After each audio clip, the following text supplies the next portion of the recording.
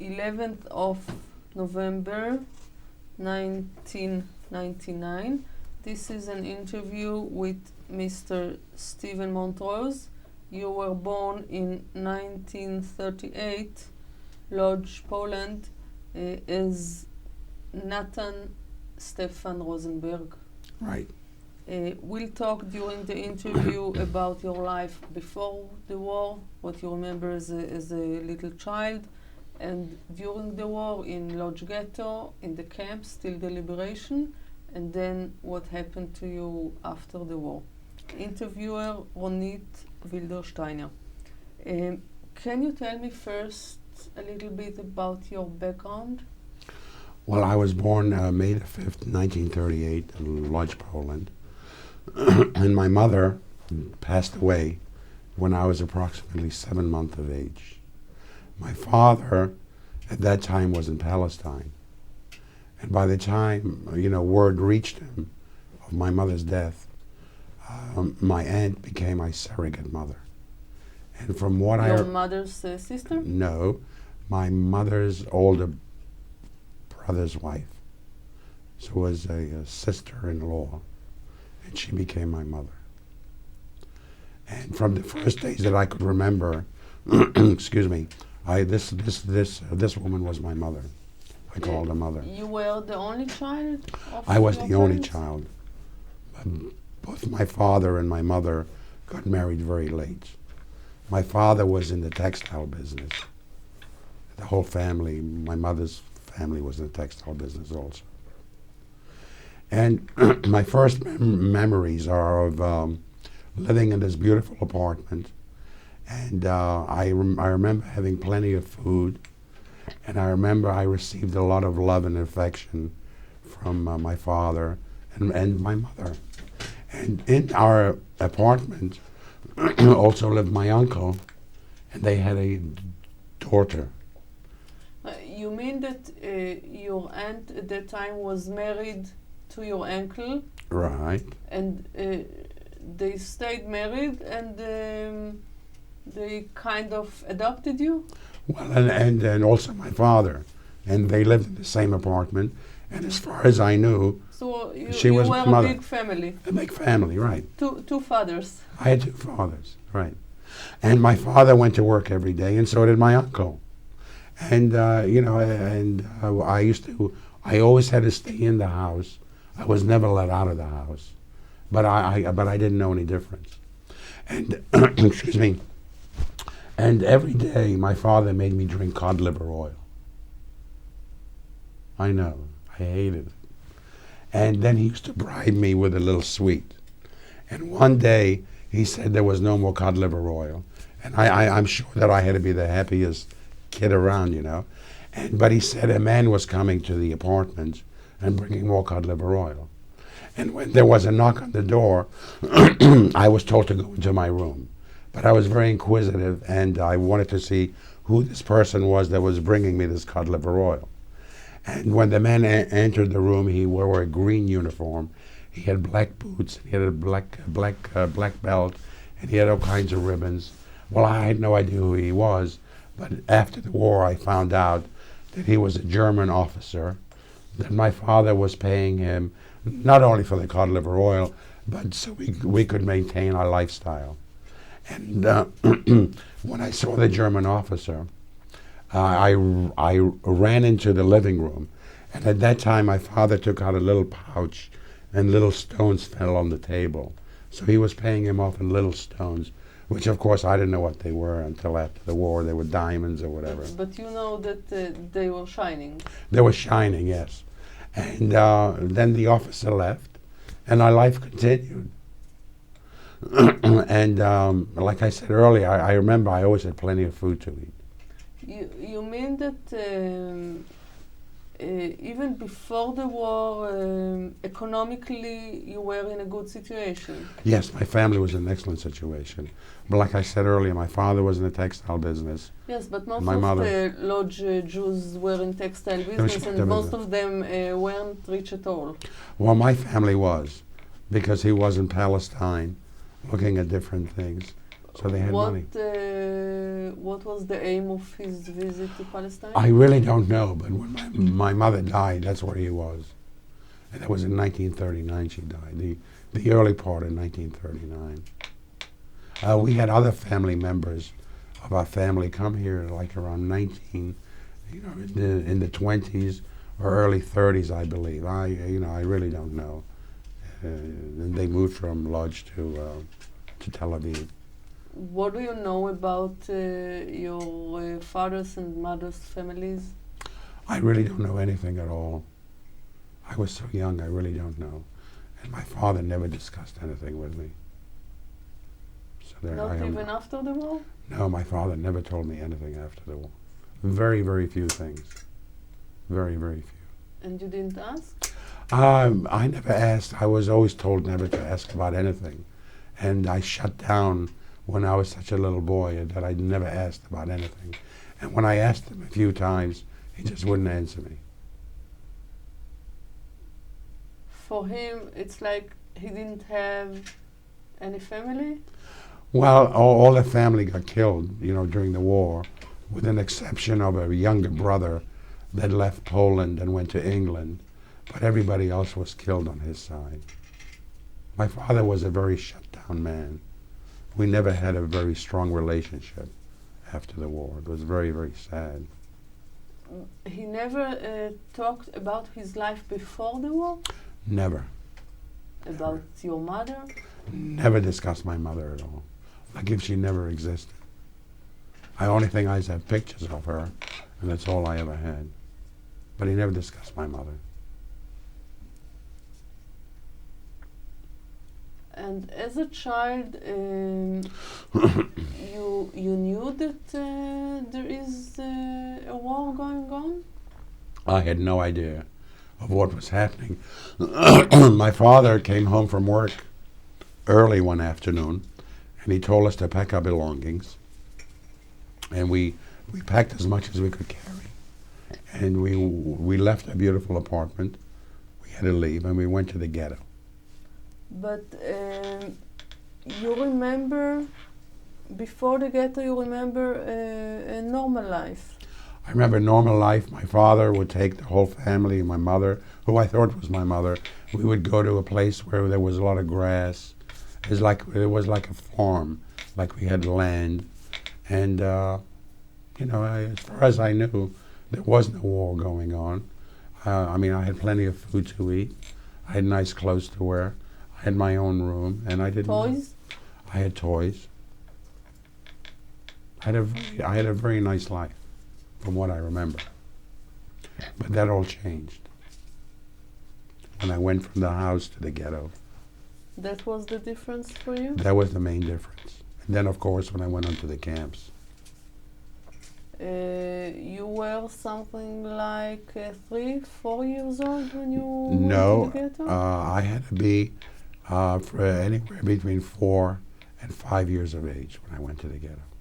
Only on 42, 43? No, 44, 45. I'm sorry. 45, I'm the sorry. war Was over. finished. I apologize. 43, 42, 43. Before that, you lived at home. Yes. You didn't go to a kindergarten, but that wasn't so exceptional. No, I didn't go anywhere. And people came and went. You saw people. You went people. I was never let out of the place. The only time we went was when my father was around. But otherwise, I was in the apartment the whole time. But Was you never let remember out. people coming to the apartment? The only individual I remember was the German officer that came. If there were other people, I can't remember, but I remember the German officer coming to the apartment. And why I can remember that so good is because of the cod liver oil that I hated so much. What do you remember about moving to the ghetto? Well, we packed our belongings. We came to the ghetto. The Germans opened the gate for us. My father handed them a little piece of paper, and we went to a very small apartment. But when you say that you packed your belongings, it contains furniture and Oh no stuff no no like no that? no no! Just the clothing, and as much food as we could carry, but mostly was clothing and food, whatever food there was in the apartment. Do you know now how is it that your father could stay out of the ghetto for so long? Well, he was paying off the Germans, and he also I'm sorry, and he also had a special pass. I remember where he could go out at night. You know, because after on a certain time there was a curfew, I imagine, but he was always going out in the evenings. So he had special permission.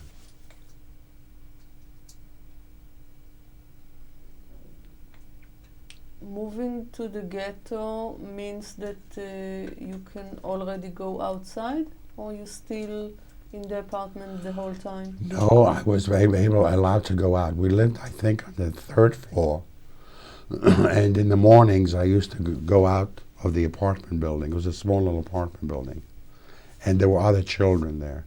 And For you, it's a new experience. It was a to new meet, experience. new children. Right, and my mother would let me go outside and play with the other children. Before that, when you were in the old apartment, do you remember yourself watching through the windows and ask or I don't know what to go out? I don't remember anything looking out of the window, and I was never allowed to go out. If I did ask, I don't remember. I'm sure that I had to, but I was never allowed to go out. So here, the paradox is that different. here in the ghetto you are suddenly free. I was free. I was allowed to go out, and the first thing that I used to see when I went out in the morning was dead people laying, and they were covered up, and then a little wagon would come by. It was either pulled. It was like either it was a horse or it was a man pulling it, and then they would pick up the dead bodies.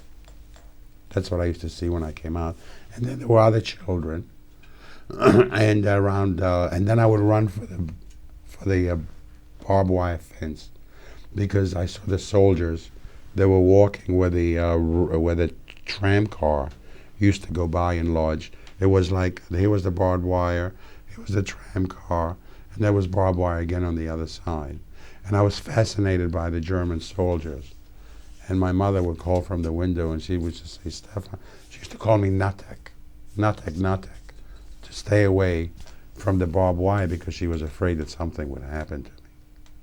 And then she used to, instead of me going up for lunch, she would tie a little piece of bread and with a string, and she would lower it down from the window so I wouldn't have to go upstairs.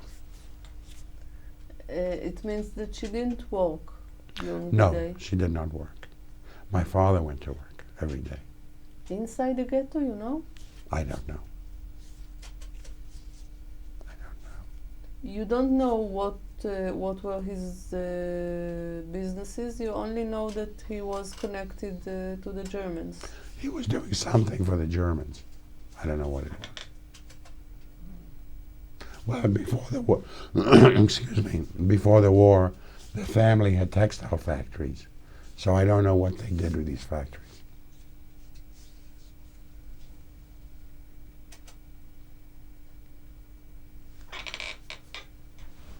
You come to the ghetto, you meet new children. You didn't meet children before. You said that your aunt had also a child, She had a daughter. older than you, She's about 10, 11 years older than I 10, 11 years older than you. Yes. So for you, it wasn't a real No, child. no. So you meet new children outside, but they live in different conditions. They don't have enough food. Um, they have many problems. You are aware of the difference at the time? Well, I don't know what their difference, but I remember our situation. There was always a shortage of food. My father, I used to wait for my father every afternoon because I was always so happy to see him because I knew he'd be bringing always extra food. And I don't know the name of the street in the ghetto where I lived, but all I remember was there was a wooden bridge that took you from one side of the ghetto to the other. And I used to see him come across that bridge. I would run, and I was always so excited when I saw him because there was food, there always more food. But you don't remember yourself hungry Oh, at that time? Not as hungry as later on, but still there wasn't. I couldn't eat as much as I wanted to. I mean, one time, not one. You didn't have enough, or you didn't have all the things that you liked before? I didn't have all the things that I liked and what I had before, and also enough. In other words, if there was food left on the table, I was told not to eat it. That I couldn't eat anymore. You obeyed? Beg your pardon? You obeyed? Yes. I obeyed that. That means that you weren't so hungry. I guess not, yeah. Because I remember later on I didn't obey anything, But I was still hungry. In other words, I remember my father used to bring chicken feet home. And they used to have all the cooked chicken feet. And I wanted more to eat, and there was some left there. They told me not to eat it. I was hungry, I wanted it, but I just guess I didn't. That was a luxury at the time. To get chicken feet, yeah. It was delicious. You didn't study at the ghetto. You didn't go to a kindergarten or school or something. No.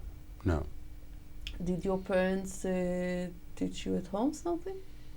Not that I remember, no. The only time that I left that apartment, which was a few times, sometimes the Germans would come by looking for children and looking for older people. And sometimes I was hidden in the apartment, and sometimes I was taken out. And one of my aunts had a position in a hospital in Lodz, and I was hidden there.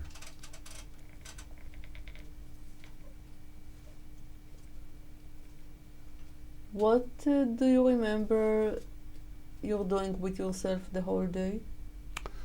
The only thing that I can remember is either playing in the streets or being in the apartment or waiting for my father late in the afternoon when he came home from work. What language did you speak at home? Polish. Not Yiddish? No. And you don't know if your father had Gentile friends before the war? No, I don't know. You remember the talkings at home? They never talked in front of me.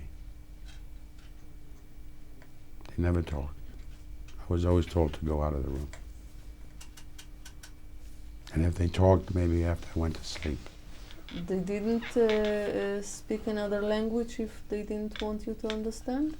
They might have, because my father spoke about 6, 7 languages, and I really don't know. And you said that the uncle that lived with you was your father's brother. In-law. He was his brother-in-law or the aunt? No. The aunt was the sister-in-law to my father. It was my She mother. was your mother's sister-in-law. My mother's brother's wife. Uh-huh. What else do you remember from the ghetto?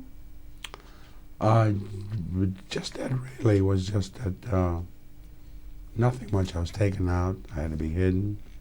The streets, the dead people, my father. I remember my father one time brought cabbages, and he was making sauerkraut. And I said, Dad, open it up, let's eat it. And he said, no, we have to wait for a rainy day. And when he opened it, it was all rotten. And I just remember him bringing extra food to us. He was a very good provider. Were you a religious family? I really don't know. I think I have a picture of my grandfather, and he had the yarmulke on his head. So I would imagine at one time the family was religious. But you don't remember yourself No. going to a synagogue or celebrating the holidays? No.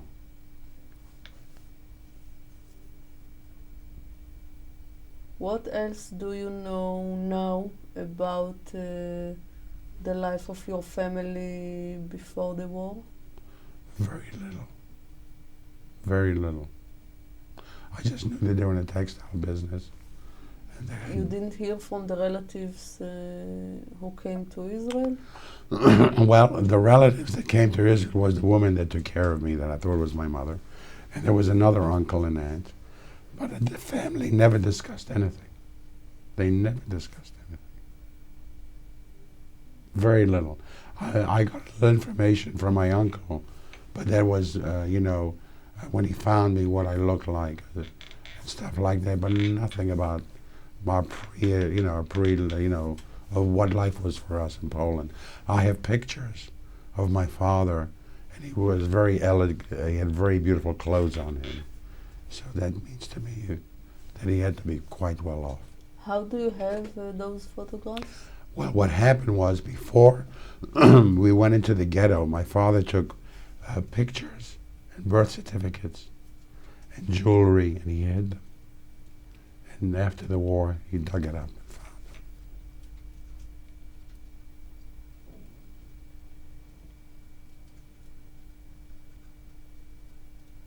You remember something about the children you were playing with in the ghetto?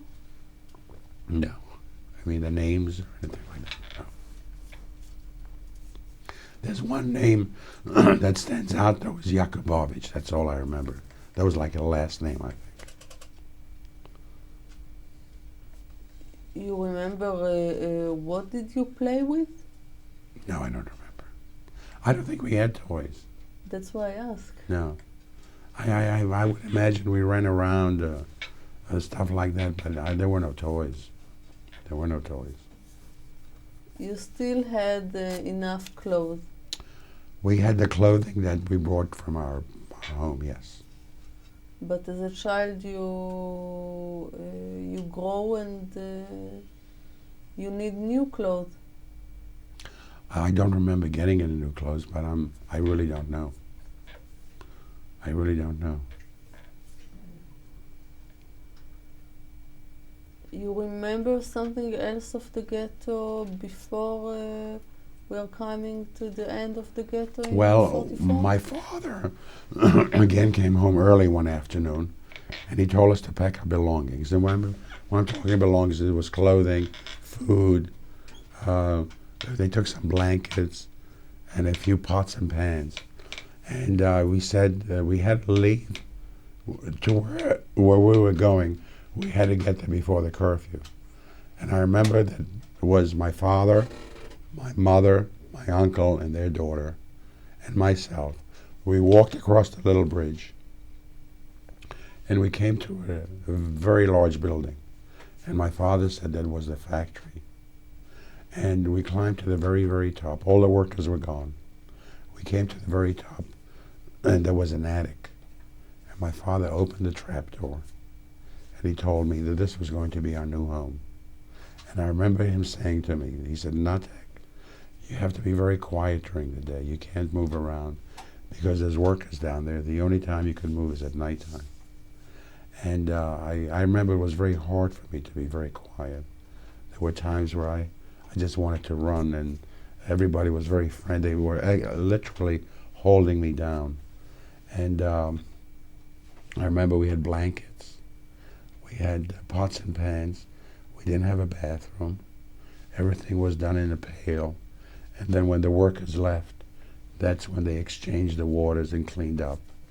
And we had a little hot plate, and there was a window in the attic where I was able to look out of the window. And my mother didn't want me to look out because I used to see the trucks pull up, and the people were running, and now I know who they were. At that time I didn't know.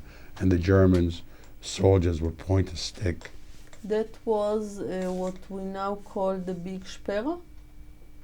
You I don't know. I don't know what that is. Before that, you said that a few times you were hidden. Yes. You remember yourself afraid? Oh, I was very afraid.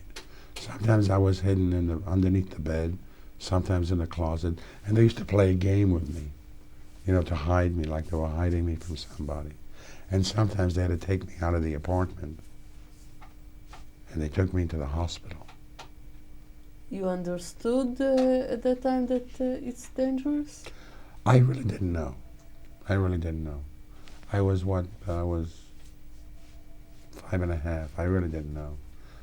I'm just making a guess at the age factor. I really didn't know. But that was the first time that you came to the factory? First time, You yeah. were never hidden there before? No, first time. First time. And that's where we lived. And my father would sleep up there at nighttime. And then in the morning he would go down. And sometime during the day he would always manage to get food. And our food was potatoes. I remember carrots. I remember kohlrabi, bread sometimes. And my mother would make a soup. And we had hot tea. And the only time that we could really move around was at nighttime. And then we still had to be very careful. And you went down to the no, factory? no. No, Only in the attic? no. What I mean, there was the window, and we still had to be careful. We had to put something over the window so the light wouldn't shine. The only people who went down to the factory to empty the buckets and clean up the mess was my uncle and my father. And one day, excuse me, while we were eating our dinner, there was a knock on the trapdoor. And everybody was very startled. And when they opened the trapdoor, it was one of the workers. And she must have heard me running. And she said, "Mr. Rosenberg, I'm hungry. Can you give me something to eat?" So my father handed her some vegetables, and she left. And early the next morning, we were out of there. We left. But you said that you had to put something on the window. That means that you were there in the dark? No, when we wanted to put the light on or the candle on, we had to put it over the window so nobody could see the light coming in from the outside. And during the daytime, we had the light coming through the window. It was a little window a small little window. But it was enough for me, excuse me, to look out and see what was happening on the street. What you said just now is that some of the Jewish workers discovered the place that you were hidden, and your father was afraid that she'll tell about it, Right. or maybe try to blackmail him or something, so you had to move. To move. I don't know whether she was Jewish or not. She could have been Gentile too. I don't know. They weren't so hungry Okay. at the time. Okay, I didn't know. But he was afraid. Where did you move to? Okay, what happened was I went with my father, and my mother went with my uncle and the daughter. They went one way, I went another way. And I was crying for my mother all the time. I wanted my mama. And we started, excuse me, we started living in deserted buildings. We went from deserted building to deserted building. and my father would leave me alone. He would cover me up with stuff, and I would just stay there. I was very much afraid, and he would go out looking for food. And I remember it was chilly, it was cold, and I used to cuddle up to him, but I was always crying for my mother. I couldn't understand why my mother wasn't with me until the Germans found us. When you say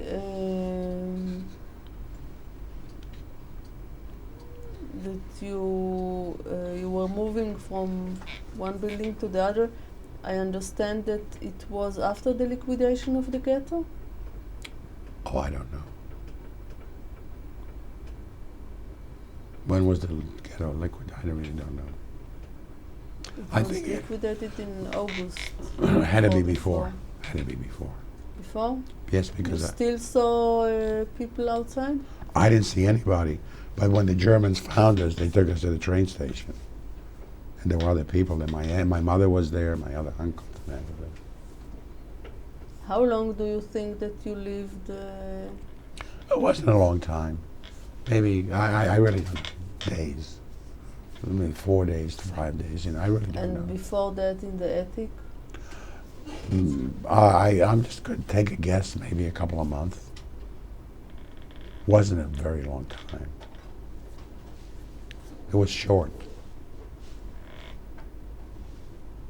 When I lived in the attic, it was like my days became nights, and my nights became days. It was completely the opposite. You understood that there is a danger, and that's why you have to behave like that and do that and not do that. You were old enough to understand that already? I was told that I had to be quiet. If I wasn't quiet, something bad would happen. But I had no idea what the bad was. They were playing like a game with me. And when I used to see the soldiers shooting, the people running away, my mother would always pull me from the window. She didn't want me to see what was going on outside. So still, you had no idea what's going on I had around no idea. you. I had no idea. I had no idea. It all started in the train station. But you remember the trauma of being found by the Germans? Well, we were waking up, and the Germans were looking for stragglers, I guess. And they came in and they found us. And they pointed the rifles at us, and they put us into a truck, and they took us to the train station. And there were hundreds I don't know how hundreds, what hundreds was. It was just a lot of people, all lined up. And we saw my mother there, and my uncle, and my other uncle, and his wife. And we tried to get close to them as much as we could. But I didn't understand how did they discover you? The Germans, they were just looking for stragglers. They weren't looking for us. They were just going through the deserted buildings looking for people. And they just came across us. You didn't hear them coming or what? We heard a truck pull up, but that's all we heard. You didn't have where to hide? Nowhere, a place to hide. You remember your father's reaction at that time? No. I think I was always crying. I was holding on to him. I was afraid. They were brutal? They were brutal. They just pointed. I'm sorry. They pointed the rifles at us and told us to get into the truck. But they weren't brutal. They didn't hit us. They didn't hit me. They didn't hit my father.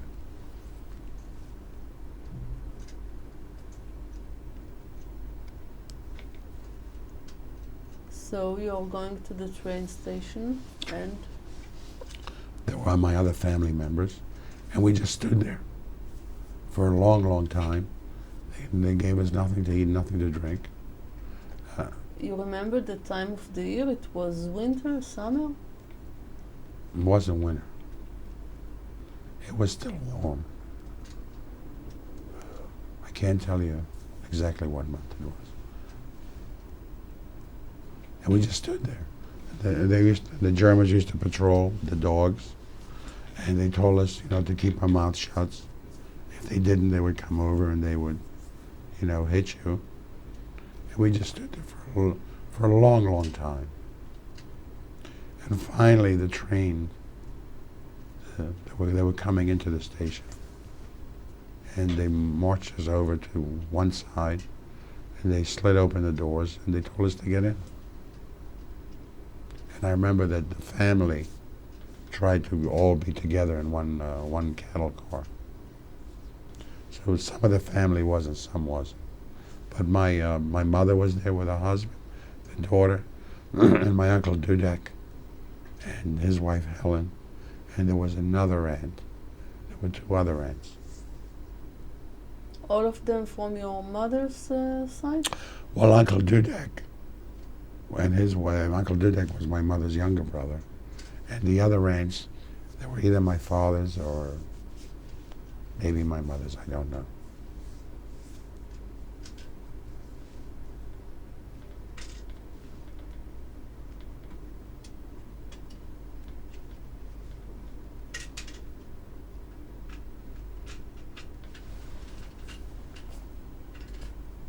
What happens on the train?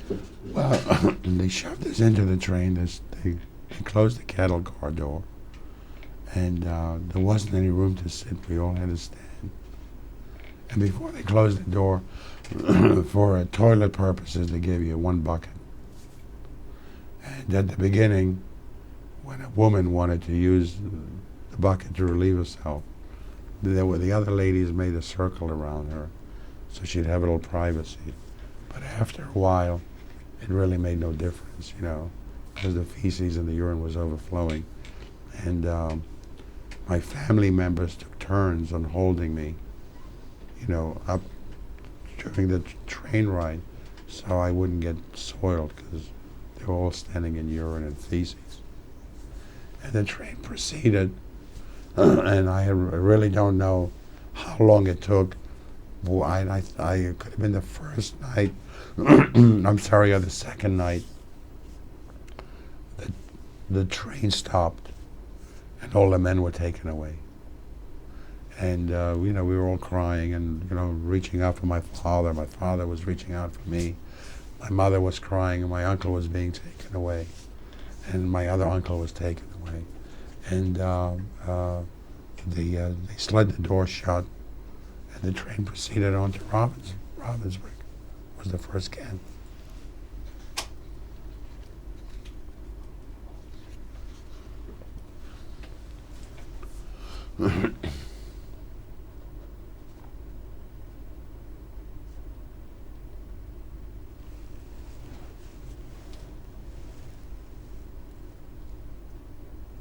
And? Well, how long it took to get to Ravensbrück, I don't know. But eventually we got to the camp. They slid open the door. They told us to get out. They told us to line up. And that's when we met the capo, or the woman that was in charge of us. She was a Ravensbrück was a women camp. Women and children. And the woman was in a green uniform, and she had black boots, she had black gloves and a black whip. And they marched us to be deloused. They sprayed some stuff on us. And they cut our hair off, shaved our hair off. And then they marched us to our sleeping quarters. And there we stood for a long, long time. And they gave us nothing to eat, nothing to drink. We had no food. All the food ran out, before we even got into the cattle car. And they finally let us in to our, inside. And my mother told me to go to the top bunk. And our bunks were made out of wood, of course, and our mattresses were straw. But they had a terrible odor to them. It was the same odor, it was just a brand new smell for me It was the same smell as in the cattle car. So I had no idea what it was. It just didn't smell terrible. And I remember that I cuddled up to my mother and I fell asleep. And the next morning, it was very early. It was still dark when they woke us. And they told us to go outside for a roll call, which lasted for hours.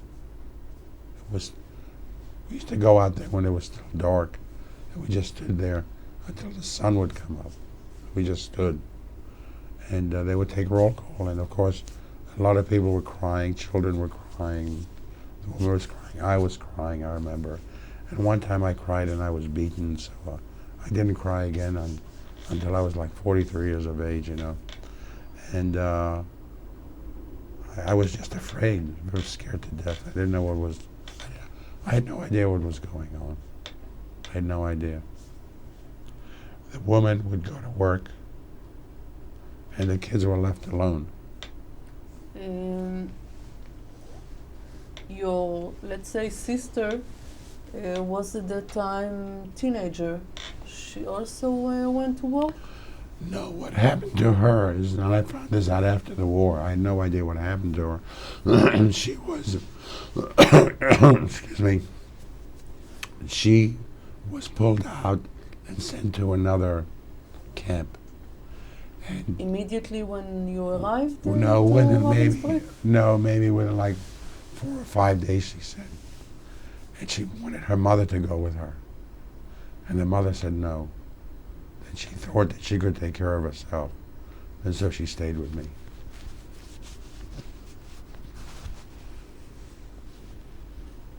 But at this camp was my mother, there was my aunt, there were 3 other aunts, and my mother, and my son. Her sisters? No, one was a sister-in-law. And the other 2, I don't know what side of the family they were. So you never heard about your sister since then? Well, I met her after the war. We had no idea where, what happened to her. Nobody knew. But after the war, in Poland, we all got together again. Poland and Germany.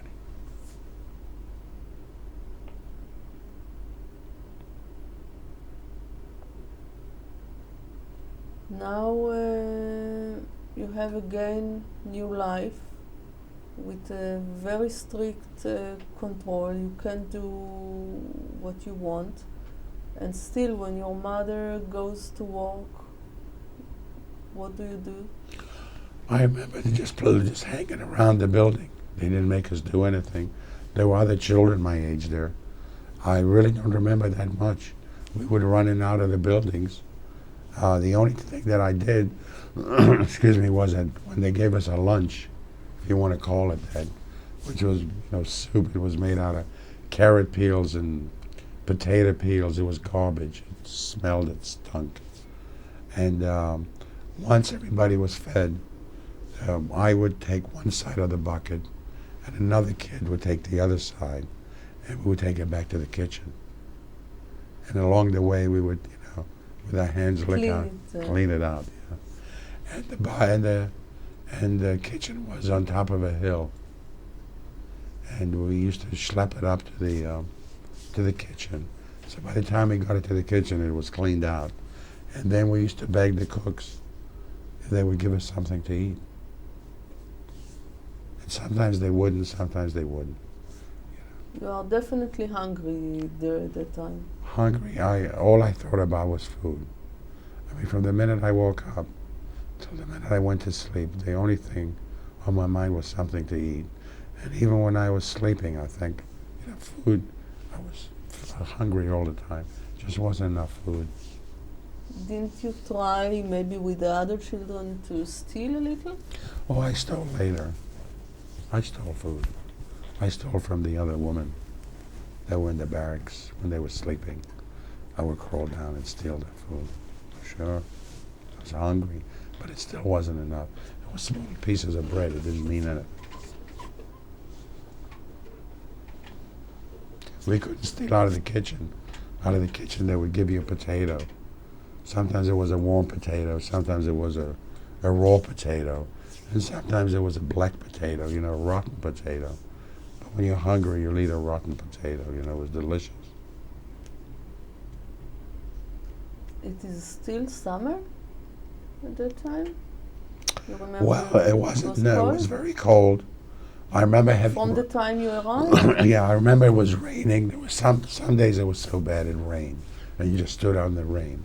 And there were days, because I remember my mother had frozen feet, so there was also snow and you know, cold. It was very cold. It was very cold. But I remember the rains. I think the rains were the worst because there was no change of clothes. You know, we wore the same clothes. There were no baths, there were no showers or anything. Just stood there. Could you complain about the situation, or you understood that that's the way it is? I must have understood the way it was. I mean, I know I didn't cry because I remember crying one time I was beaten. But I imagine I must have given my mother a very hard time, especially about the food, because I remember the afternoons when we used to get on a night meal, which was just a slice of bread, and I would eat it right away, and then I wanted hers, you know. And she would sometimes she would give me a little piece, and then she would hide the little piece, but I wanted that. I wanted that, and I used to, I used to get angry. I hated her when she wouldn't give it to me. I learned to hate at a very early age, and I always wanted. It wasn't enough food. I was always so hungry.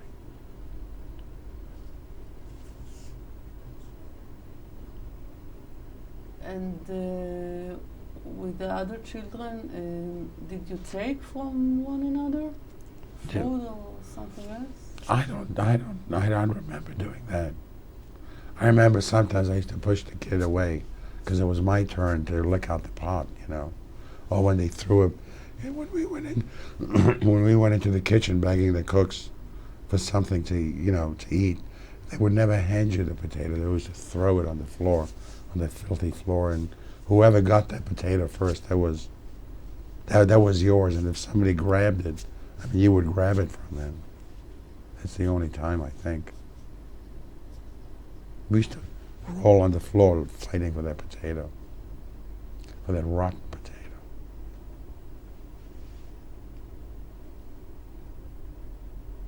You understood at that time how wrong it is, or it was natural for you? To fight or to steal? Well, something was stolen from me, so it was natural. It was natural. I wanted that food. I didn't care.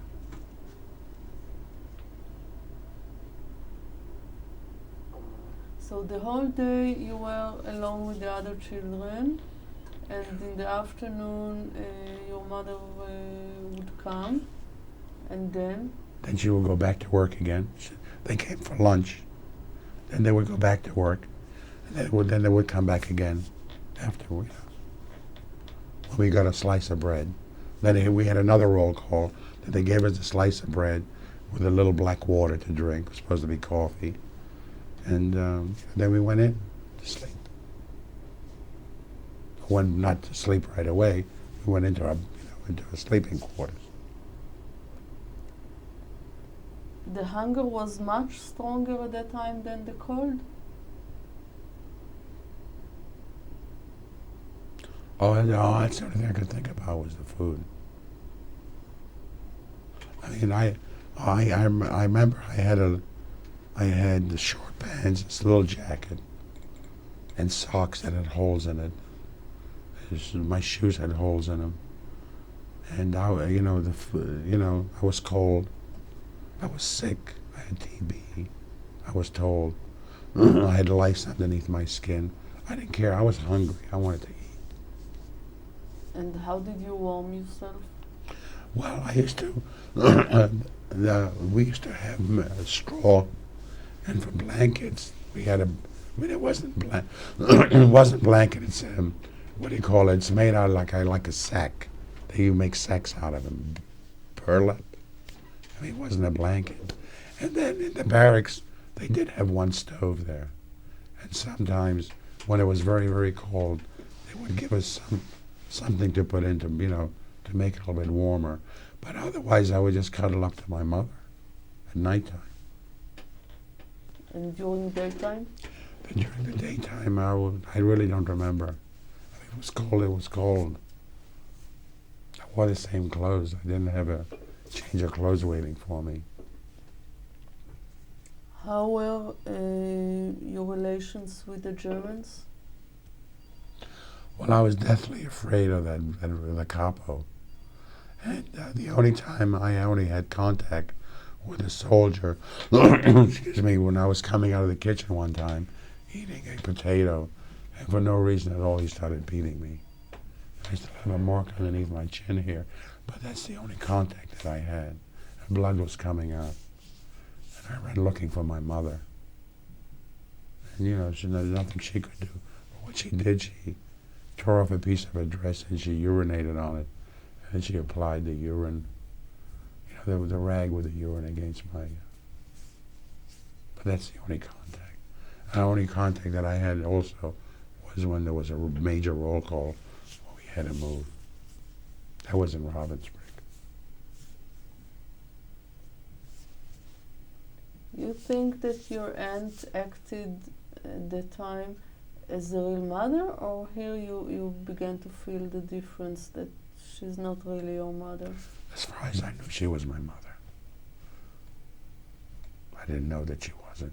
It wasn't different from other children's mothers there? No. She acted very nice to me. I mean, very loving to me. I slept with her, next to her, and she gave me her food and she took care of me. I'm sure other things happened, but I just don't remember. I just don't remember.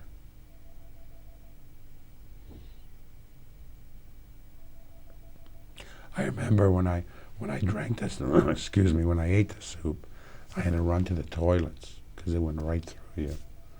And the toilets were just holes in the ground, And there was no I mean, there were no shower or baths or anything like that, but in the barracks, there was like a big sink. And sometimes a little drop of water would come out.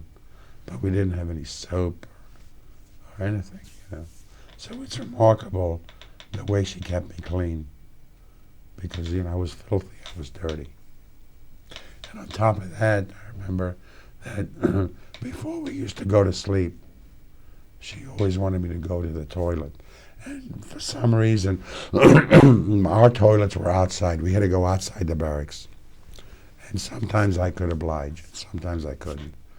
And when I couldn't oblige, and I would wake up in the middle of the night, and I would just say, I have to go to the bathroom. She wouldn't let me go. So on top of all that filth and dirt that I had, then I would urinate in my pants. So the smell was just disgusting. And on top of that, I was hungry. I was so hungry. That's the only time for you that you are so hungry. It wasn't like that the years before. No. No, because the years before, if I got hungry, and I don't know what hunger really is. I guess it's when you think about food the whole time. I mean, the years before, I didn't have to think about it. If I was hungry, I would say I'm hungry. They would give me something to eat. But it wasn't the same type of hunger. I mean, this was like, the only thing I could think about was the food. That's all I thought about. I would have eaten anything. Maybe I did, I don't remember. When you said you used to steal from women in other barracks, was it alone or together, a few children together? No, it was alone. What happened was, One of my aunts, I don't know which one it was, she was in a hospital in Ravensbrück. Now, I don't know what kind of hospital it was, but she wanted to see me. So they let her see me. And I remember being led to her, and she kissed me. And this nurse handed me a piece of brown paper. And when I opened the brown paper, there were 5 or 6 little cubes of sugar. So I showed them to my mother, and she told me, don't eat them right away, eat just a little bit. And so I used to guard these little pieces of sugar I had in my pocket, you know, and I made sure they were there each and every day. And like the next day or the following day, when I looked for my sugars, they were gone. And I remember running up and down the barracks, telling the other ladies, you took my sugar. They all denied it, but I knew that one of them did. So what I used to do, when I used to watch them, when they came back from work, I would watch before they went to sleep where they used to hide the bread. And I would lay awake, waiting until they would fall asleep. And when they went to sleep, I would crawl, you know, jump off the bunk and, you know, dig for the bread. So I was stealing alone. It wasn't the same barracks. I didn't go out of the barracks. And your mother knew about it? No, she was sleeping. She didn't know. And sometimes I was caught when they would hit me, you know, but they were so tired from working. But still, it still wasn't enough. I wanted more. They didn't do anything for me, really. I mean, I stole it, would eat it right away. What was your mother's work? She worked in a factory. There was a factory there. I found this after the war. I did not know it at that time. But she did some type of work there. On Sundays also? I didn't know there was a Sunday. There wasn't a day that she stayed in the barrack? I don't remember. It's possible. I don't know. Were you sick at that time? Well, I found out after the war that I had TB. And I had the lice underneath my skin. But I used to get up every day. If I would have been sick, I wouldn't be here today. So even if I was sick, I would get up. The whole time in Ravensbrück,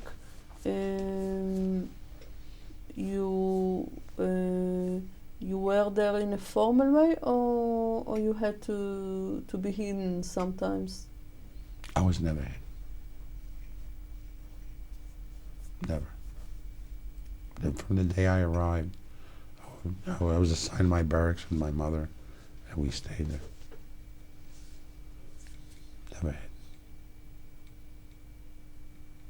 Till when were you in Ravensbrück?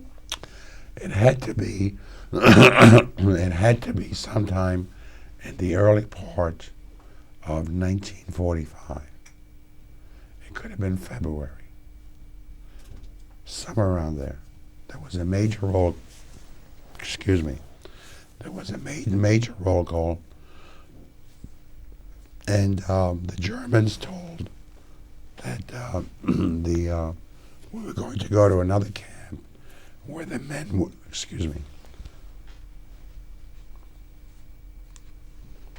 where the men would be.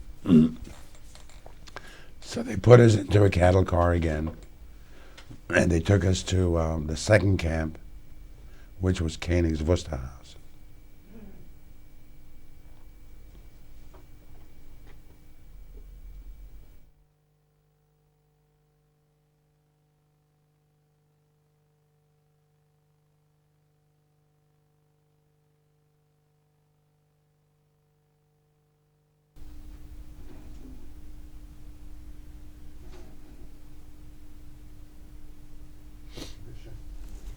What do you find in the new camp? Well, we arrived in the new camp, and they told us that the men were on the other side of the fence. That meant my father would be there and my 2 uncles were going to be there. But they wouldn't let us out right away. It was days before they finally let us out. And I remember when they let us out, the ground was full of mud, and I ran for the fence looking for my father. And I finally found him, and the only contact we had was just touching each other from the barbed wire. And the first thing I said to him, I said, "Tata, I'm hungry." And he would pass me his food. It was a potato, was it cold potato or hot potato? And I knew at a certain time I could get food from him. And then when I finished with my father, I would run to my uncle's and then, looking for food again. And if the food would fall down on the ground, I would just eat it the way it was. I didn't wait for a place to wash it or anything like that with the dirt and the filth. I would just eat it right away.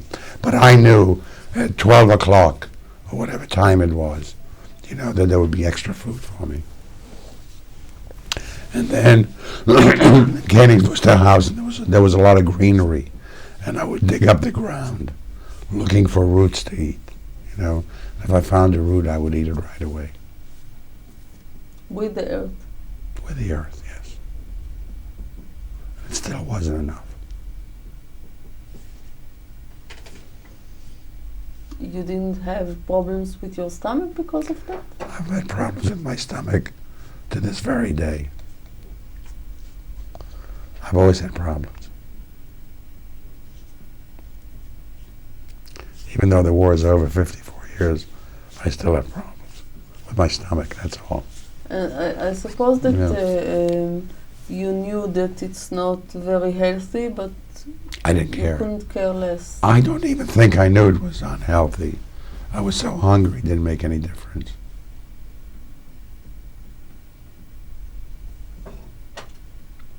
And we stayed there not a very long time. It was a short time. But for you to meet again your father was natural. You didn't think before that maybe something terrible happened to him. I never thought about my father. I mean, when I was in Ravensbrück, I wasn't thinking about my father. If I did, I don't remember. I was thinking about food.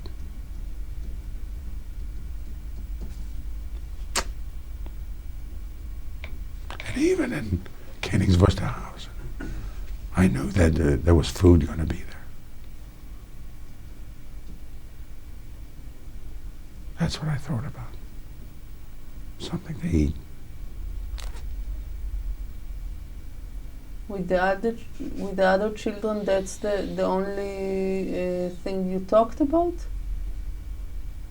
How to get more food, what to do, how hungry you are? I don't know. That I don't remember. I don't remember that.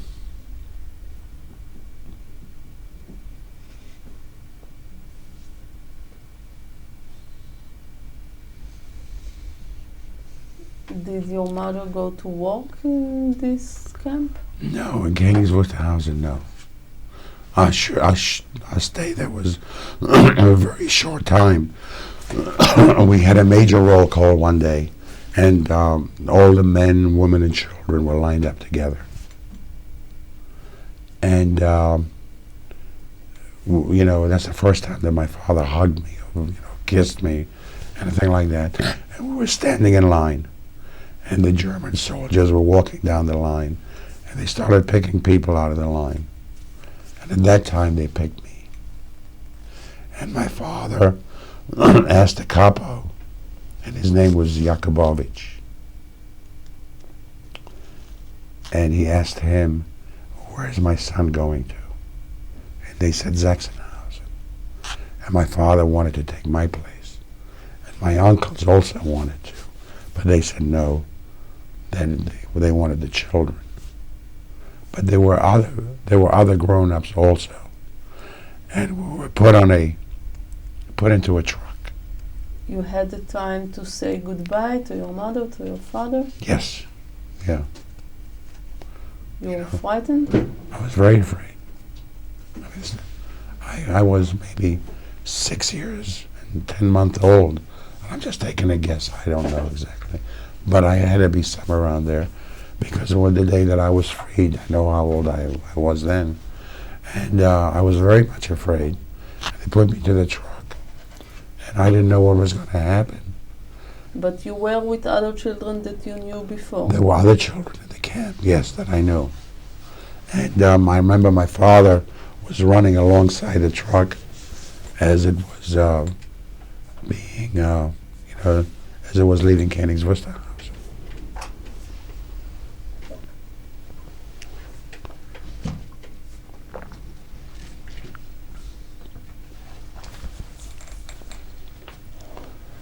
And how long it took from Koenigswusterhausen to Sachsenhausen, it wasn't very long. Maybe a couple of hours, maybe less. We arrived in Sachsenhausen. I was told to get out of the truck, and we were marched over to a sleeping area, sleeping quarters. And my memory there is not as good as in Ravensbrück. I remember seeing people one day, and the next day I didn't see them. And what happened next was I was inside the barracks when I saw a few people taking the floorboards and taking them aside, boarding the floorboards, and they crawled underneath the barracks, and I followed them, and then they covered up the floor. You knew those people? They lived in the barracks, and I started living.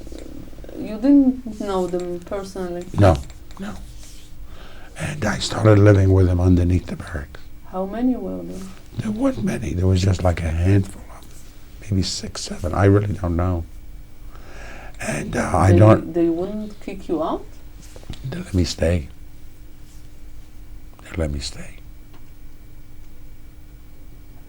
They didn't ask you who are you and what are you doing here? Well, I lived with them in the barracks. So it was, I just went in there with them. And I just stayed there. I don't remember too much there. But what was it? It was only a big dark hole, or it was a cellar, or? No. It was underneath the barracks. It wasn't a cellar. It was like on the ground. You're on the ground.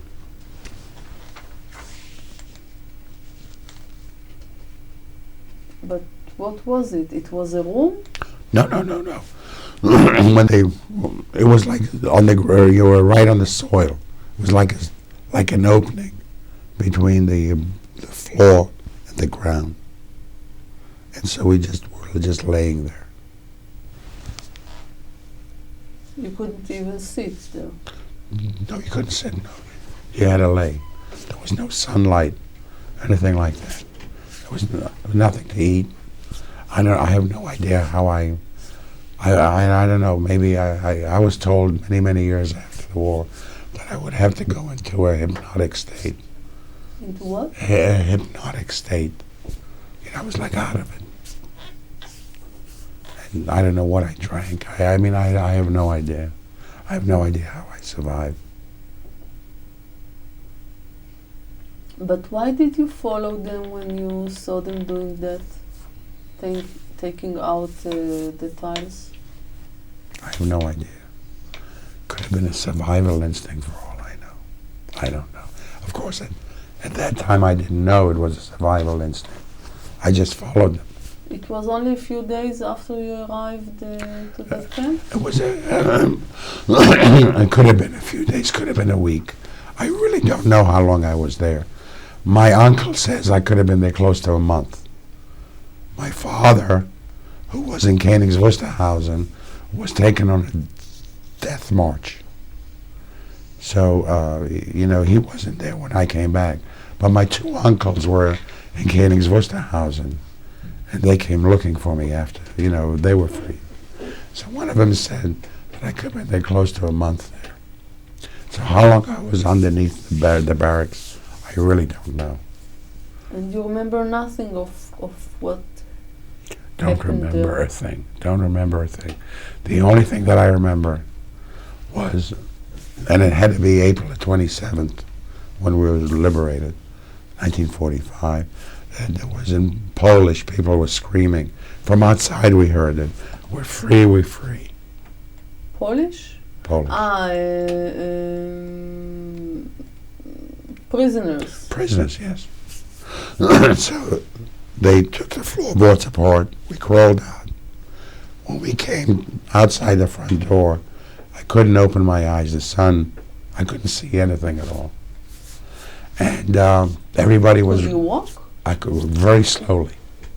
Everybody was running past me, and I could just hardly walk. And I finally got into a line, and I stood in the line, and people were handing out, they were Russian soldiers. They were handing out food.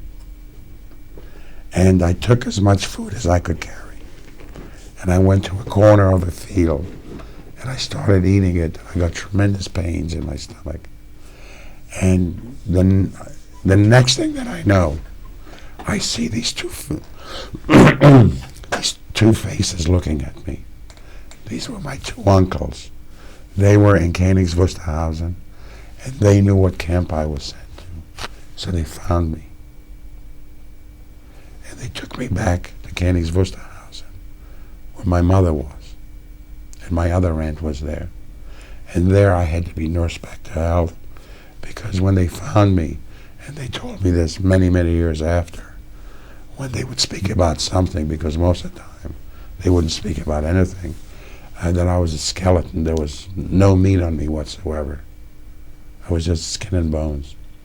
And I remember that I had to be nursed back to health, that I had to have, the only thing that I could eat was soup. And I had to lay in this one bunk. I didn't have the strength to even go to the bathroom. I used to urinate and defecate all over myself. I just didn't have the strength to get up. But every day, all I had to eat was soup. And I was so hungry still, because the soup wasn't enough. You were in a regular hospital? No, I was in Königs Wusterhausen. But there was no hospital after the liberation there? Not in Königs, no. I was just in the barracks. And the Russian commandant, he made sure that my mother had the right ingredients. He came every day, and he brought food for me until I got better, which was a long time, weeks, months. But you were all the time in conscious. You weren't unconscious. No, I was conscious then. I was unconscious in Sachsenhausen, but I was conscious. Under the ground. But I was conscious in Königs Wusterhausen, yeah. I was conscious.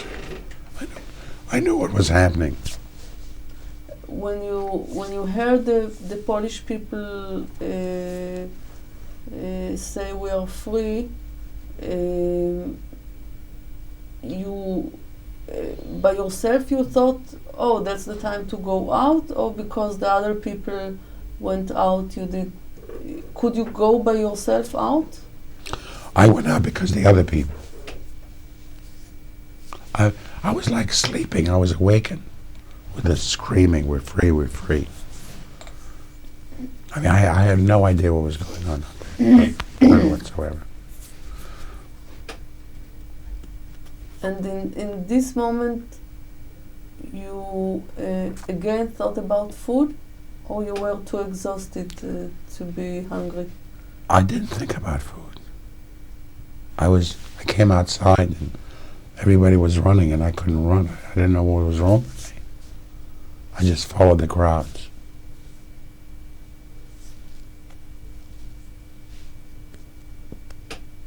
You can't say that you were happy at that time.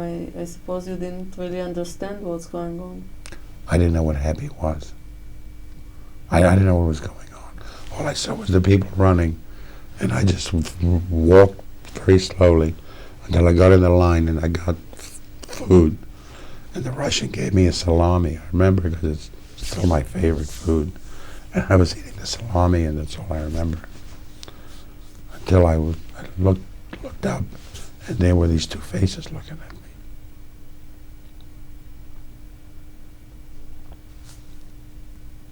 And then in the barrack you begin to talk, to ask.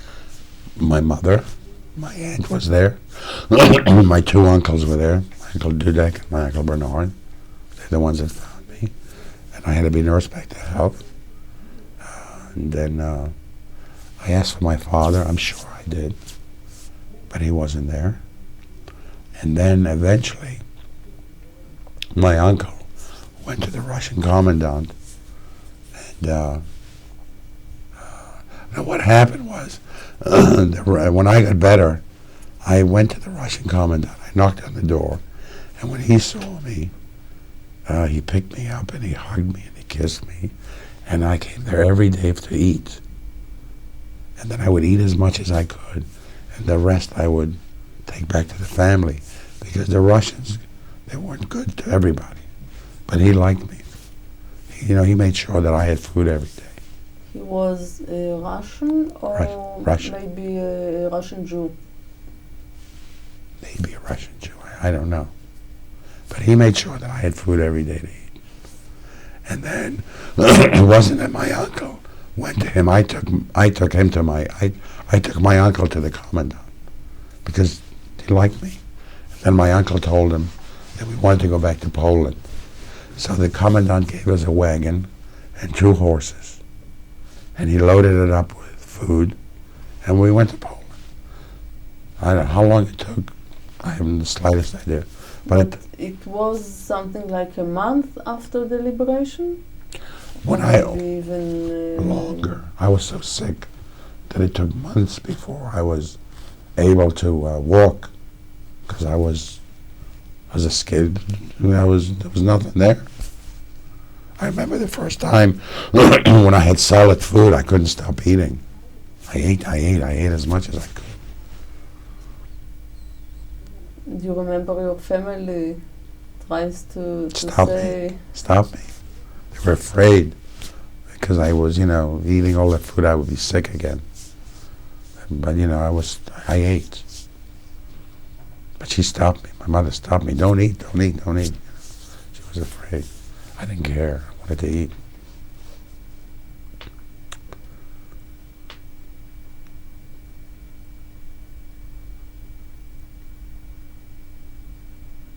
And you're going back to Poland. Do you remember that journey? I remember the journey took a very long time. At nighttime, we would pull over, and we would continue during the day. And I have no idea how many weeks it took. And we finally arrived in Lodz, and we went to our home, and there was another family living there. Polish family. Polish family. And when we went, we told them this was our home. They said, "You get out." So my uncle didn't want to have any problems. So he went to his factory that he owned, and there was a caretaker there. A caretaker, somebody taking care of the property. And at the beginning, he wouldn't let us in. But my uncle said, "You're going to have these 2 horses." And he let us go into one room. Inside the factory? Inside the factory. It was a big factory. And that's where we all lived in one room, 5 of us. And I would play with other children. And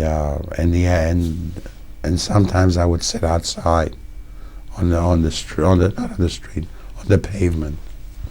And one day, as I was sitting outside, I saw this man pulling a little wagon. It was my father. And I ran up to him and I said, "Tata, Tata." And he looked at me like if I wasn't even there. I mean, he couldn't comprehend that I was alive. And I put my hand into his hand, and we walked back to the factory.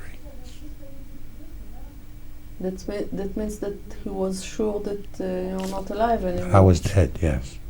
He saw me leave him 2 times already, and he never thought I'd be alive.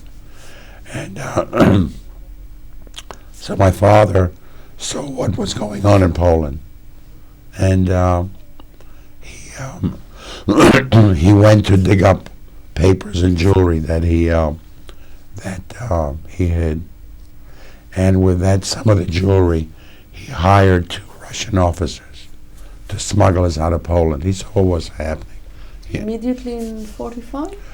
Well, it was, I would think, in the middle of 1945. It wasn't very, it was fast. He saw what was happening. Excuse me. And so he hired these two.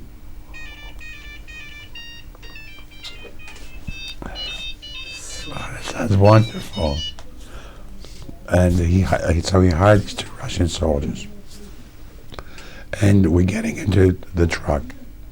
And I'm getting into the truck, and my father's getting into the truck. And I said to my father, why isn't my mother coming? And that's when he told me that this was not my mother, that it was my aunt. Well, I was very upset. I told him I hated him, and I hated her. I mean, I was just a raving lunatic. And, of course, I was crying. That's another time that I cried. I forgot. I cried because I couldn't believe that this was not my mother. And we proceeded on to Germany. Why didn't they come with you? They stayed in Poland. They migrated they didn't want to go to Germany. My uncle wanted to see what was going to happen with his property that he had, so all the money issue. So they stayed in Lodz. And your father didn't care about his No, property? because he saw what was happening, that he wanted to get away. So in the middle of the night, the Russians stopped the truck, and they made a hot cup of tea. And when they handed me the hot cup of tea, they took out a bottle of vodka, and they poured vodka into it. And I drank it, and I loved the way it tasted. And my hand shot out for more. And that was the beginning of another 35 years of a nightmare. And you were 7 years old at the time? About 7.5. And when I took that drink of alcohol, all the fear that I had was gone. But it's very strong. It's not tasty for a child. I know. It was burning my insides. But something happened. I became addicted to alcohol. So excuse me, we went to Berlin, a DP camp in Berlin. And my father, we didn't stay there a long time. He wanted to go to the northern part, so we went to Hanover, Germany. And one of the reasons why we went to Hanover was that he had a younger brother that left Poland before the war, who was a very big doctor in London. And he reached out for his brother to come to Germany because he wanted me out of there as fast as possible. So my uncle came, and arrangements were made for me to leave Germany to go to London. And within months, and when this was 1947 now, I was 9 years of age. You were 2 years in the DP camp? No. I was in a DP camp a very short period of time. But in Hanover, we lived in an apartment. My father was doing black market, so he was making money, and we had a very nice apartment. And so within months after my uncle's visit, I was off to London.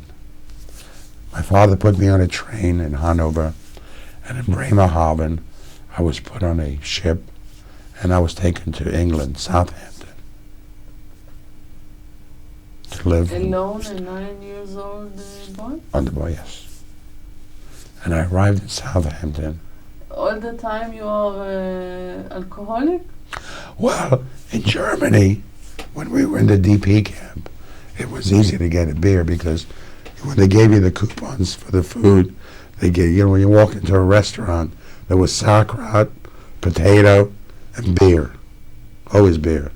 It was easier to get beer than a cup of coffee. Instead of something else? Sure. We didn't have soda. We had beer. When we went to Hanover, when we had our dinner, I always made a fuss. I wanted beer. And my father didn't know. So I always had beer to drink. So when I arrived in London, my my I didn't have as much freedom to have alcohol as I had in Germany. But when I arrived in London, was my uncle, my aunt, and my cousin, and they had a little dog. That you never met before. No, just my uncle. And where I thought would be a family that really would be nice to me was completely the opposite. My aunt didn't want me, and she took her misery out on me. And many a night I went to sleep hungry. She wouldn't give me anything to eat. She fed me like if I was a dog, gave me scraps. The only time she fed me is when my uncle was at home. And whenever I had the opportunity, I would go to the liquor cabinet and take a little shot, not much, just a little bit. And I lived in London for 5 years. With the family of your uncle? With my uncle's family, right.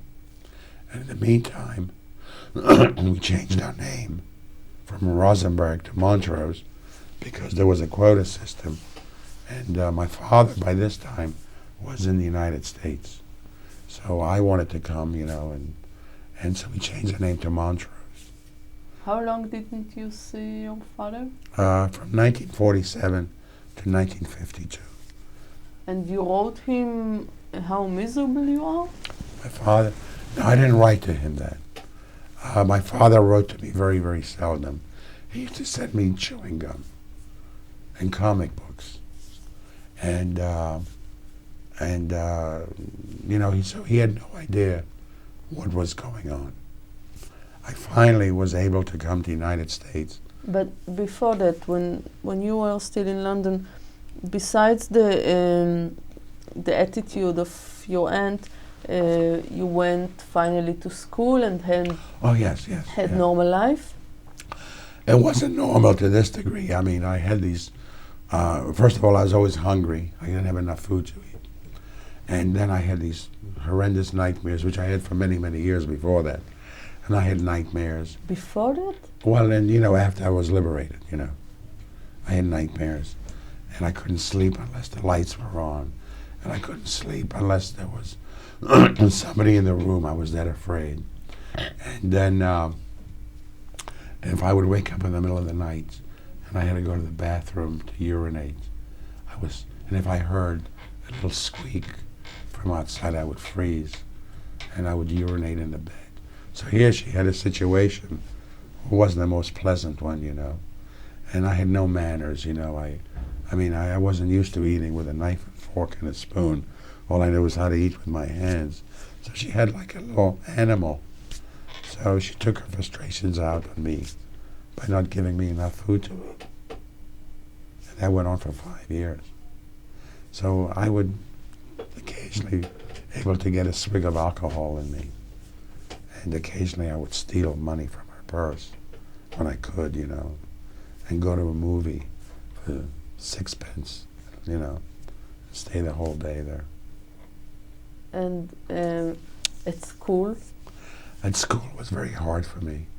The kids used to make fun of me, used to call me a Jew. And at the beginning I couldn't speak the English language, so it was very bad. And it was very, very hard. It was not a very pleasant, it wasn't nice at all. I wasn't happy. No empathy to the time of the war that you were in the camps? No questions about the time? My uncle, you mean? No, my uncle was a very big doctor in London, and he had his... Which doctor? My uncle was a heart specialist in London, and he was very busy with his patients and with his mistress, so he didn't care, and we didn't care. They didn't care. I was just a burden. He did his obligation by taking you to his place? Right. That's it? That's it. And he dumped her. And then he dumped me on his wife, and they were having problems, and so she took out everything on me. And the cousins? The cousin she was a nice little girl. She was 5 years younger than I was, and she didn't know anything. She was a little baby. She's alive today. She's in London, And the only affection that I got was from a little Pekingese dog called Fifi, you know. She used to come over and lick me and, you know, and kiss me, you know, because nobody else ever did. You understood at that time that you are miserable and that it shouldn't be like that, or for you it was one long continuous misery? For me, it was like a continuous misery. It really was. I mean, by going to London, I would think that they would have been nice to me, and it turned out completely the opposite way. You wanted to go to London, or it was your father's decision? My father's decision. My father wanted to, excuse me, we applied, was either London, England, or United States. Whichever would take us first. So my father got papers for the United States. But before... But why didn't he come to London after you? Because he couldn't get papers. He did apply for London and the United States. And America came first. He came to America in 1950. Till 50 he was in Germany. Yeah. And he got remarried to a German woman who was a survivor. But A German Jew. A German Jew. Whom he never whom he never told that he had a son in England. So when I arrived in the United States in 1952, it was not the most pleasant. She was a very, very nice lady. She really was. But she was German. And when I heard the German voice, or the German accent, you have to keep in mind that at that time I had a lot of hate. I mean, I hated everybody. And if you were German... Everything that moves. Everything that moved. And if you were German, I mean, I hated you too. I mean, I hated the whole German race. And so this... And the stepmother, of course. was German. So she fell into that category right away. And so life was not very pleasant living. What about your aunt at that time? The one that you thought is your mother? She came to Israel. They lived in Tel Aviv. And my other uncle and his wife, Uncle Dudek and Hanya, they also came to Tel Aviv. But they came later. And I had a third or fourth cousin who came from Poland, and he was already in Tel Aviv. So my life in New York was not very pleasant. But you live with your father, you go to school. I was taken to school, and then the kids made fun of me. Of course, because you have a British accent. Right. So they didn't accept me, and you know, I was afraid to tell them that I was a Jew. You were 14 years old at the time. I was 14, yes, I was 14. I had no friends. I didn't know how to make friends. So I was very unhappy, and I still had these nightmares. And I couldn't sleep unless, you know, lights were on in the house. It was very hard. But one time I had when my uncle put me on a ship to come to America, that was one of the nicest experiences that I ever had. He took me to Southampton, and he put me on a French ship called the De Grasse. And if he would have, if there was I mean, I was on the bottom of the ship. If I was any more closer to the bottom, I would have been in the water. I mean, the cheapest cabin that there was. I didn't care. But what happened was, I never saw so much food in my life. I mean, all I did was eat for 5 days.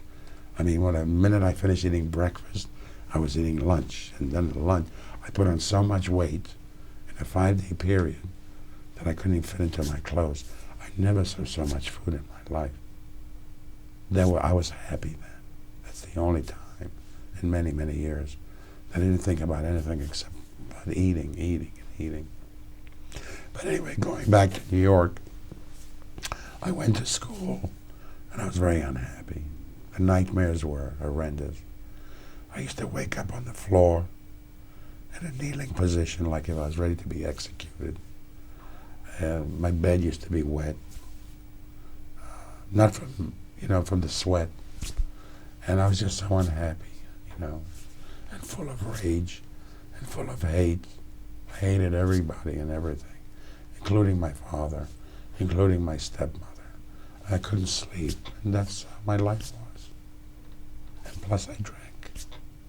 When I came home, when I came home from school, and instead of doing homework, I would go to the liquor cabinet and have a couple of shots of liquor.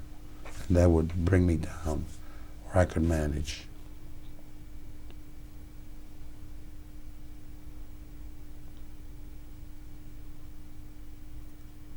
They didn't see what's going on? Not really. My father never talked to me, very seldom. My stepmother, she was basically a very good woman, but she didn't know how to cope with me, and I didn't know how to cope with her. They used to say, if you weren't around, our life would be perfect, So it was a nightmare. From one nightmare to another nightmare to another nightmare. I think that if I were you, the best solution for me was to join the army or something like that. That's what I did. But I couldn't join it right away.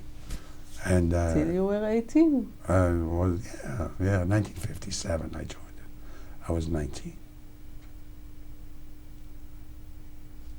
Yeah, 19. Yeah. But, I couldn't join right away. I had to go to school, and then I quit school and I went to work. And then, even though the drinking age is much older, I forget what the drinking age was, I acted more mature. So I used to, take my paycheck and blow it on booze. And I would live with my father, and it was bad. It was bad. But finally I joined the army, and I said to them, listen, I was in a concentration camp. If you have to send me anywhere, send me to Korea. So they said, we'll see. So what do you think they sent me to? Korea? Germany. So for the next 2.5 years, I was in Germany. And it was very, very hard. And I got a lot of fights and drunk and got a lot of trouble. Because when I drank, the hate came out. The hate was there anyway, but when I drank, it really came out. The fights were with other American soldiers or with Germans? Germans.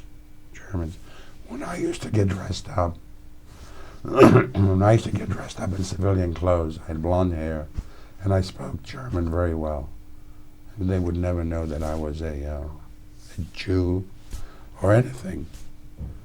I spoke that Hochdeutsch from Hanover, and anytime I used to hear something about a Juden or this or that, that's when I would go crazy.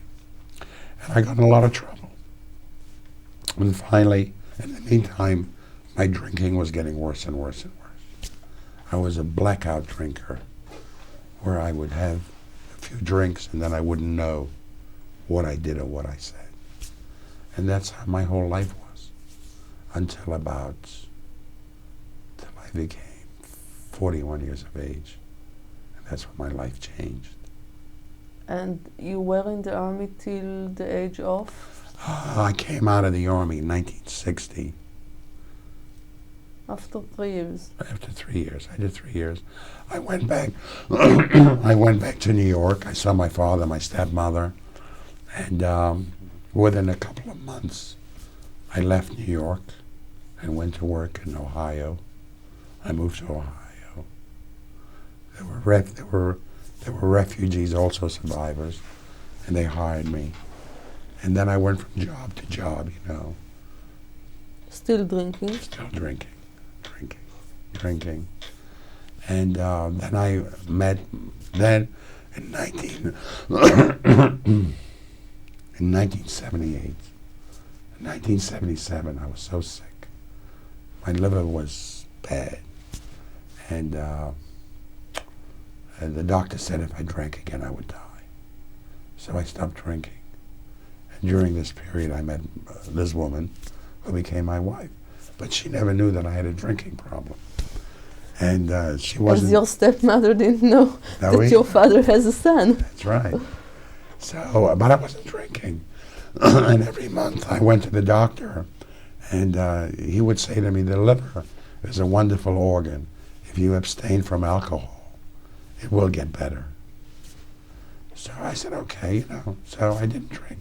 So during this period of time, I got married to Loretta, and she had no idea that she was in for a shock. And not only about the drinking problem, but about your past also? Well, she knew I But it wasn't something to talk about? We didn't talk about it. You know, none of the survivors talked about it. My father never talked about it. Nobody talked about it. I wouldn't tell anybody I was a survivor. I didn't tell anybody I was a Jew either. But she knew I was a survivor. And she used to say to me, you know, you're very lucky that you survived. And I would say, why? Because I wanted to commit suicide. I thought about suicide, and I thought about this. You know, I was so unhappy. And I said, why do you say that? She used to say to me, because if it wouldn't be for God, you wouldn't be here. And I used to say, you're crazy, there is no God. I used to say, what I was always told, if there was a God, these things wouldn't happen. I mean, I was 43 years of age, and I thought that God sat in the sky looking down on you. I didn't know anything. I was 43 and I didn't know anything at all, you know. So anyway, she used to talk to me like that. God this and God that, and I used to go crazy. And within a year, my liver got better, so the doctor said I could drink again. So I left the house, and when I came back, I was a raving lunatic. And Loretta said to me, she knew right away I had a problem. And she said that you have to get help. And I said, no, I don't want any help, you know. And things got worse and worse. And all this time she would leave me little books about God this and God that. And of course, I didn't want to hear any of this stuff. But eventually... Jewish God or Christian God? Just God, Jewish God, you know, any God. You know, God. She's Jewish. And I didn't want to hear about God. But I finally, after 2.5 years of being very abusive to her, not physically but verbally abusive, which is just as bad, I went to a meeting, a 12-step meeting, to look at my alcoholism. You know. But of course, I didn't believe I was an alcoholic, because to me an alcoholic would be somebody living in the streets. And I was very successful in my business, and how could I be an alcoholic when I lived in a beautiful apartment, you know? But anyway, I went for help, and the first thing that I heard was God again, which I didn't want. I thought that I would go to my 12-step program and spend a couple of weeks and learn how to drink again and go out. You know, I didn't know anything. I really didn't know anything at all. And something happened to me in these rooms where it changed my entire thinking. And I found God in these rooms. And I turned my life over to God. And when that happened, I started changing. You know, my whole, I became another person. First of all, the obsession for alcohol left me. It's been over 18 years, and I haven't had a drink or a drug. And more than that, all the hate that I had, that went away. And all the rage that I had. You know, I haven't forgotten what happened to me, but I don't hate anybody. I don't hate the Germans anymore like I used to. You know, I don't hate them at all. I don't hate anybody. But you're not a religious person today, as religious people are here? Oh, no, Lord, no, completely. I'm not religious at all. But I do believe in God today. I tried to go to temple, but it was very hard for me because I wasn't raised with all those religious ways. And sometimes I say to myself, if the war wouldn't have been, then maybe I would have been the same way, because I know that my family was religious, and but I have to accept what I have, and I have a very strong relationship with God today, and I'm fine the way I am, For the first time in my life, it's been 18 years. I have no nightmares. I'm very fortunate to be alive today. I never thought like that before, because I was always, saying I should have been dead, and I didn't care. But today I do care, and I try to live a very peaceful life. I'm into peace, I try to live in the moment. I mean, the past is gone. The past was a terrible part of my life, but it's gone. I don't want to think about it. And the future, I have no idea what will happen. So really all I have is now, and now I want to be at peace and be peaceful. What about the relationships with your family? All my family's dead. I tried to make with my father before he died. We started getting close again, and I finally was able to have a closure at his graveside, and also with my stepmother, and also with my other aunts. When I was drinking, there was no relationship, and I know that my father loved me, but he just didn't know how to express himself. And when he was dying, and he died in the United States, he thought he was back in the camps again. So his mind was never, But today I understand that. 20, 30 years ago I couldn't understand these things at all. But today I understand what was happening.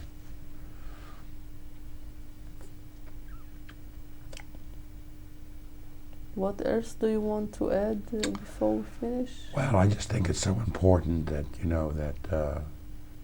that the Holocaust will be never forgotten.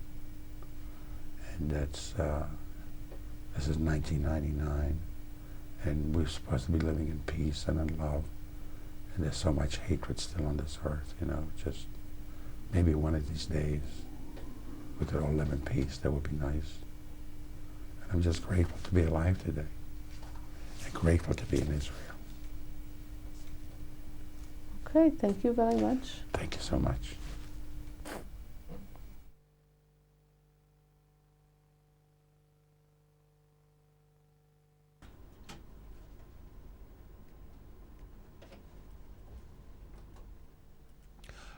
This is a picture of me. I was 5 years of age, and I was told it was in the ghetto, and this was in 1943.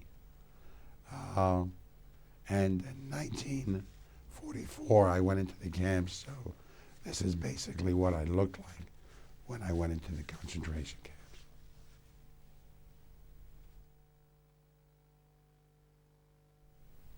And you can see the Star of David, which we all had to wear as Jews, on the right-hand side of my jacket.